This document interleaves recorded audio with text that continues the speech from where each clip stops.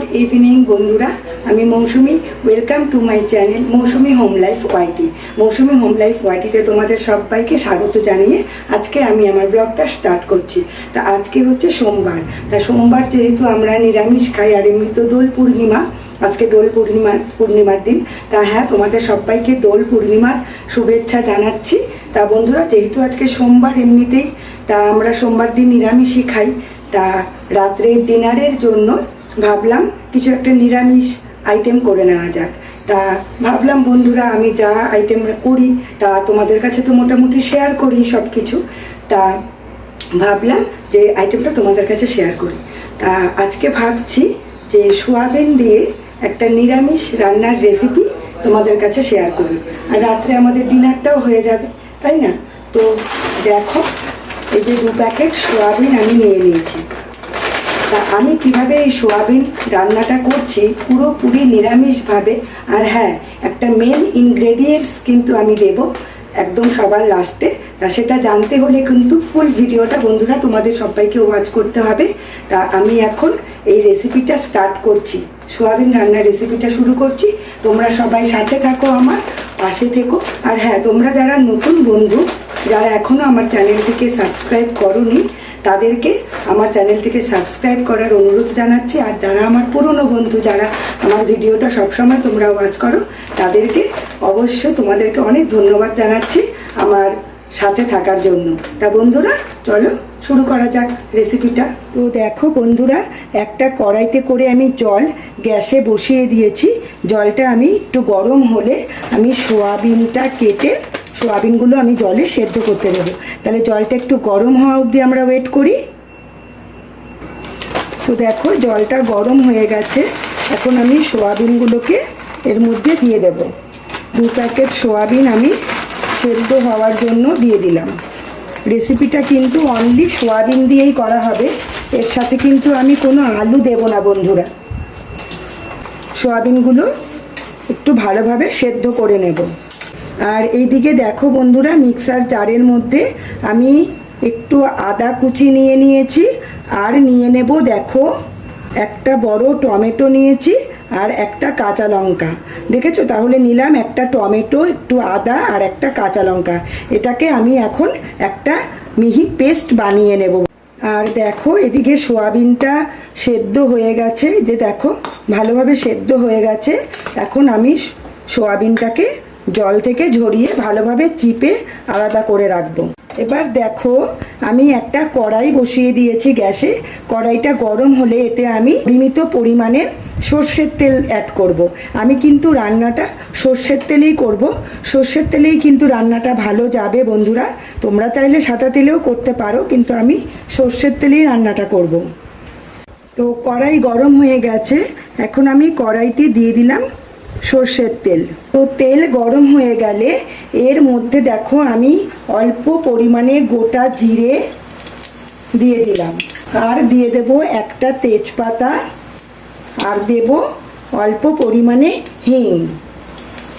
ফোড়নটা যখন হালকা ভাজা হয়ে যাবে, তখন আমি এই যে দেখো মশলার যে পেস্টটা, আদা, কাঁচা লঙ্কা আর টমেটোর যে পেস্টটা আমি করে রেখেছিলাম, সেই পেস্টটাকে দিয়ে দিলাম। জারটা ধুয়ে আমি একটু জল দিয়ে দিলাম। এবার কিন্তু ভালোভাবে মশলাটাকে কষাতে হবে।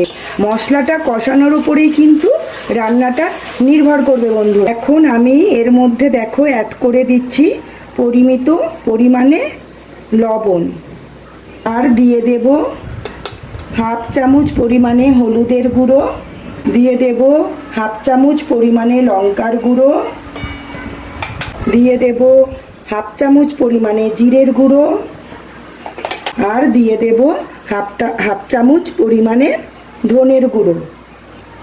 দেখো, মশলার একটা রেলগাড়ি বানিয়ে ফেলেছি। আর দিয়ে দেব দেখো একটু কিচেন কিং মশলা। এইবারে সমস্ত মশলাগুলো, গুঁড়ো মশলাগুলো দিয়ে আমি ভালোভাবে আগে মশলাটাকে একটু কষিয়ে নেব বন্ধুরা। তো মশলাটা কষানোর সময় আমি 1 চামচ পরিমাণে চিনি দিয়ে দিলাম। যেহেতু নিরামিষ রান্না, একটু চিনিটা ভালোই লাগবে। আর চিনিটা দিলে কিন্তু রান্নার স্বাদটাও বাড়ে বন্ধুরা, আর কালারটাও কিন্তু খুব ভালোই আসে। তো মশলাটাকে এখন ভালোভাবে একটু কষিয়ে নেওয়া পর্যন্ত ওয়েট করি। তো দেখো বন্ধুরা, মশলাটা থেকে কিন্তু বেশ তেল ছেড়ে গেছে। এই পর্যায়ে আমি কি অ্যাড করছি তোমরা দেখো। সবার আগে গ্যাসের আঁচটা কিন্তু কমিয়ে দেবে। এই যে দেখো, আমি 4 টেবিল চামচ মতন টক দই ফেটিয়ে রেখেছি, দেখতে পেয়েছো? তা এখন আমি এই টক দইটা দিয়ে দিলাম। গ্যাসের আঁচটা কিন্তু কমিয়ে দেবে, কারণ হাই ফ্লেমে থাকলে দইটা কিন্তু কেটে যেতে পারে বন্ধুরা। তো দইটাকে এখন অ্যাড করে দিলাম। এই বাটিটা একটু ধুয়ে জলটা দিয়ে দেব। তো দেখো, বাটিটা একটু ধুয়ে আমি জলটাকে দিয়ে দিচ্ছি। এবারে গ্যাসের আঁচটা কমিয়ে রেখেই আমি মশলাটার সাথে একটু দইটাকে নাড়াচাড়া করে নিচ্ছি বন্ধুরা। তো বন্ধুরা, আমার ভিডিও তোমাদের কীরকম লাগছে তোমরা অবশ্যই আমাকে কমেন্ট করে জানাবে কিন্তু। আর আমার ভিডিও দেখতে যারা ভালোবাসো তারা অবশ্যই আমার ভিডিওটাতে একটা লাইক করে দেবে। আর আমার ভিডিওগুলোকে কিন্তু তোমরা বেশি বেশি করে শেয়ার করো বন্ধুরা। আর অবশ্যই কিন্তু কমেন্ট করো।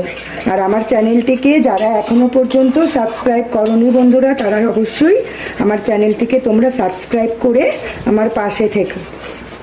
তা দেখো, এখন দইটাকে আমি ভালোভাবে মশলার সাথে একটু মিক্সড করে নেব।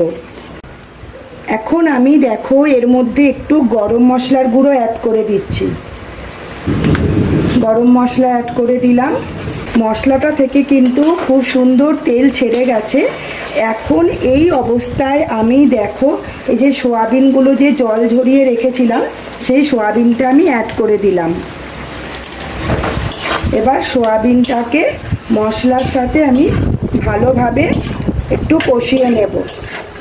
বাইরে এদিকে বৃষ্টি শুরু হয়ে গেছে, ঝড়ও মনে হয় উঠছে। প্রচণ্ড গরম পড়েছিল আজকে বন্ধুরা।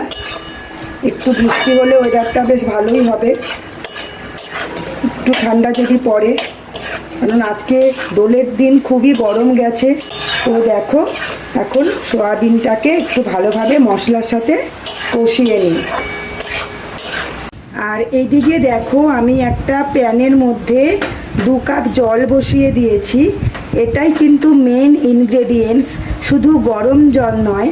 এর মধ্যে আমি কি অ্যাড করব তোমরা দেখতে থাকো। জলটা আগে ফুটুক, ফোটা পর্যন্ত আমাদের ওয়েট করতে হবে।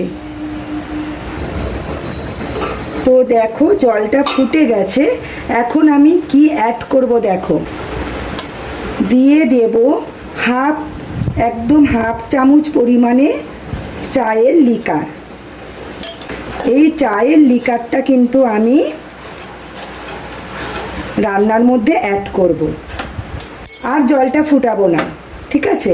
এখন আমি এটাকে অন্য একটা ছাঁকনির সাহায্যে অন্য একটা পাত্রে ছেঁকে নেব।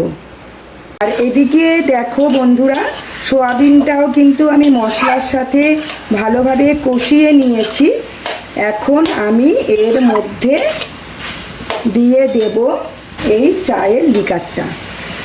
অনেকেই ভাবতে পারো যে রান্নাটায় যদি চায়ের লিকার দিই তাহলে তিতকুটে হবে, কিন্তু একদমই না বন্ধুরা।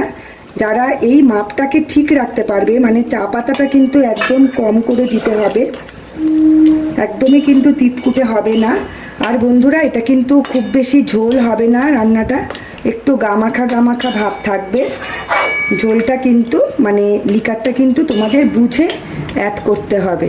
এখন আমি ঝোলটাকে একটু ফোটা পর্যন্ত ওয়েট করব বন্ধুরা। আমি কড়াইটাকে একটু ঢাকনা চাপা দিয়ে দিই, তাহলে ঝোলটা তাড়াতাড়ি ফুটে যাবে। ঝোলটা কিন্তু ফুটে গেছে। এখন আমি এর ওপরে 2টো কাঁচা লঙ্কা অ্যাড করে দিলাম। একটু নুনটাকে চেখে নিচ্ছি, নুনটা ঠিক আছে কি না। ঠিক আছে, আর সামান্য একটু দিতে হবে। আর একটু অল্প পরিমাণে লবণ লাগবে বন্ধুরা, তোমরা লবণটা চেখে নিও। তো বন্ধুরা, রেসিপিটা কিন্তু আমার পুরোপুরি তৈরি হয়ে গেছে। এখন কিন্তু আমি এটাকে অন্য একটা পাত্রে নামিয়ে সার্ভ করতে পারি বন্ধুরা। তোমাদের একবার সামনে থেকে দেখিয়ে দিচ্ছি। তো এই যে দেখো, রেসিপিটা এখন এরকম হয়েছে। এখনও কিন্তু গ্যাসে বসানো আছে। ঝোলটা আমি আর টানাবো না, কারণ রেখে দিলে এটা আরেকটু জমে যাবে। এটা ডিনারে খাওয়া হবে বন্ধুরা। এদিকে প্রচণ্ড ঝড় উঠে গেছে বাইরে। তো বন্ধুরা, তোমাদের এই রেসিপিটা কীরকম লাগলো তোমরা অবশ্যই কিন্তু আমাকে কমেন্ট করে জানাবে।